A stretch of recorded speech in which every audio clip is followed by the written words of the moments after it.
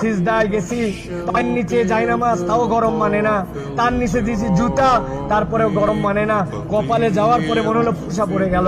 উঠার পরে সবাই তো তাড়াহুড়া করতেছে, আর উনি বলতেছে, আরে আমার পায়ের নিচে যাই নামাজ, আমার পায়ের নিচে জুতা, তারপরে আমার পায়ে গরম লাগে। আর আমার নবীর সাহাবীদেরকে কালেমা গ্রহণ করার জন্য এই পাথরের মধ্যে চিট করে শুয়ে রেখে বুকের উপরে পাথর জমাই দিয়েছে।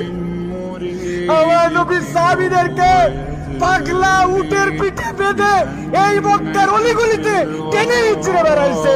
এই জায়গাতে তাদের বুকের উপরে পাথর চাপায় আগুনের মধ্যে দিয়ে দিছে। তাদের রক্তের বিনিময়ে ইসলাম পাইছি।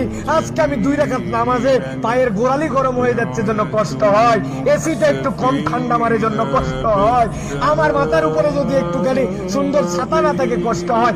আমার নবী, আমার সাহাবীরা কি কষ্ট করছে, এটা ফিলিংস এর সফর, হজের সফর, অনুভূতি